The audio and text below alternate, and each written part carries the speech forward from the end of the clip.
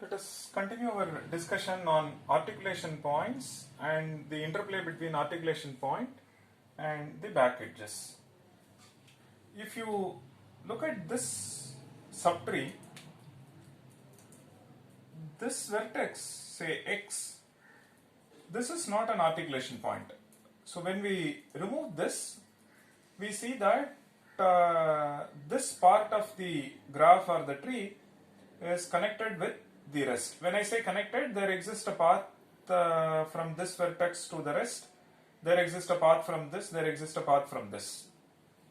Okay, so from this one can connect to this part, from this using this back edge one can connect to the rest. From this vertex go down, take this back edge and connect. So what is this telling us? From this back edge is helping us to connect this part of the tree to the rest, or this part of the graph to the rest. But look at this vertex. This vertex is an articulation point. When we remove this along with these three edges, this one will be, these two nodes will be disconnected from the rest. No path from this to any other vertex, and no path from this to any other vertex. Fine. So let's look at this in a larger picture. So something like this. So you fix a node, say y, and then there are a couple of branches going out. So this, let me call it as B1, B2, B3. These are all branches. For example, look at y, this is branch number 1, this is branch number 2.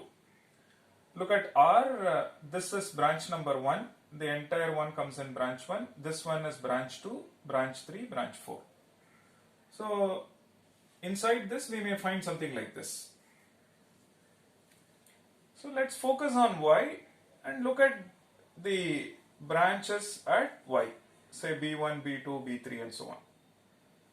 And it has got a couple of other stuff to the top, so ancestors are here. Now, supposing there is no back edge from any of this, you take any node on this, you see that no back edge from any node here to this. So formally let me say no back edge from any descendant of y in, say, B3 to any ancestor of y. No back edge from any of this to any ancestor of this. Suppose that's the picture. There is no back edge from any descendant of y with respect to B3. In B3 to any ancestor of y. Suppose that's the case we are in. When we remove y along with the edges incident on it, what will happen? This subtree or this branch is disconnected from the rest. We don't know about other branches. Other branches probably we may have a back edge something like this, or maybe a back edge something like this. Other branches let us not focus on now. Let's just focus on this branch B3, and B3 has this property. There is no back edge from any descendant of y to any ancestor of y. If such a scenario is there, then we can see that clearly y is an articulation point. When we remove y, this part of the subtree or this part of the graph is disconnected from the rest. Okay. And if there are multiple branches, you still conclude y is an articulation point. Okay. If suppose there is a back edge from some descendant to some ancestor, some descendant with respect to some ancestor. So like that, for each branch, you get to see the other one. For each branch, you see that there is a back edge from some descendant to some ancestor of y, some descendant to some ancestor of y, some descendant to some ancestor of y.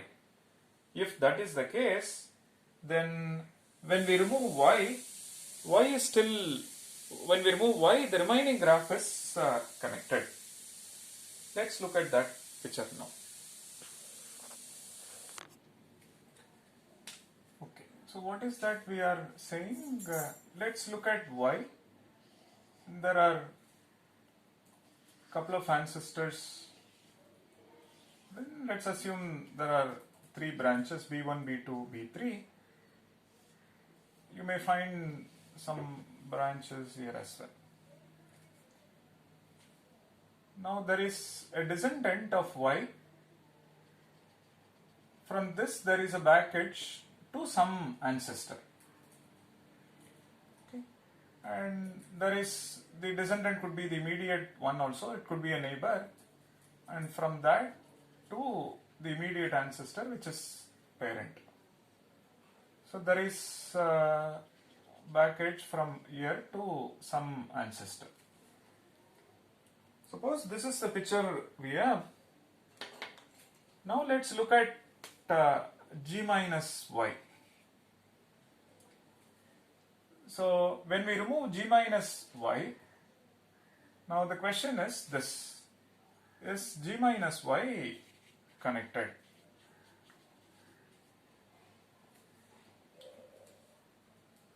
So let's look at one specific example so that you can appreciate things better. So you have y, and let's assume something like this, and there is a branch coming out of this.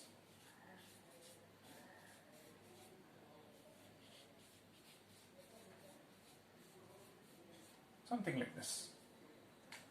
So what we say is there is a descendant with respect to B1. This is our B1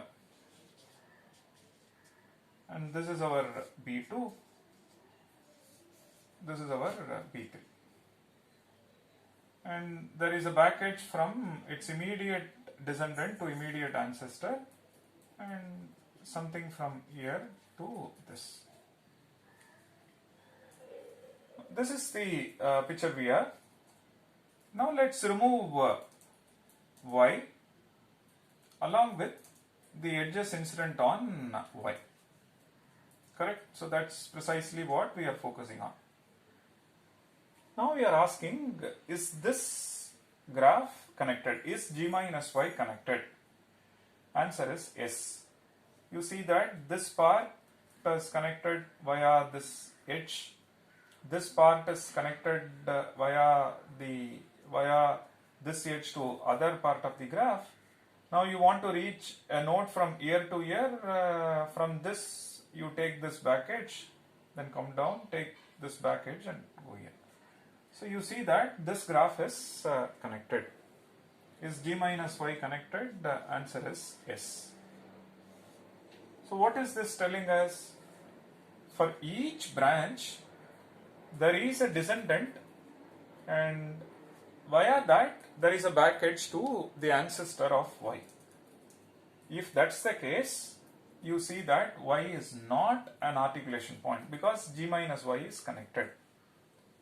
Suppose there exists a branch such that no back edge from any descendant to any ancestor, then you see that y is an articulation point.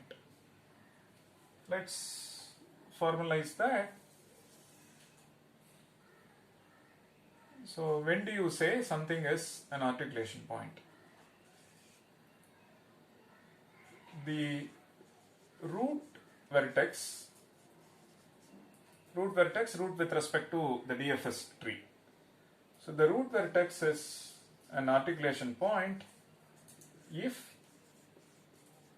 degree of root is at least 2 in DFS tree. Okay, please note it is defined only for connected graphs, so I use the word DFS tree.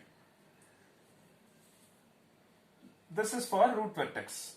What about non-root vertices, other vertices basically? Okay, so for a non-root vertex, say y, for a non-root vertex say y, suppose let's look at b1, b2, so on up to bk. They are branches of y. Okay. If there exists bi such that no backage from any descendant of y to any ancestor of y. If that's the case, then y belongs to the set of articulation points. There exists bi such that no backage from any descendant to any ancestor. Then when we remove y, what happens? When we remove y, this one, these three edges, then this part of the graph is disconnected from the rest. No path from this to any other vertex. That shows that y is an articulation point.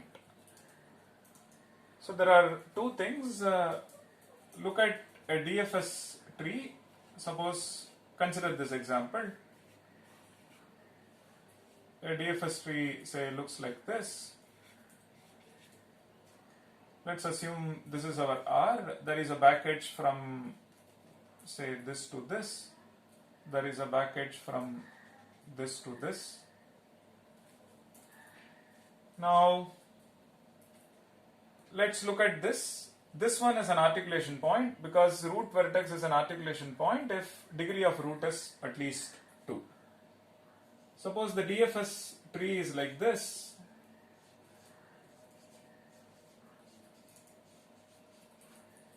Then in this case root is not an articulation point.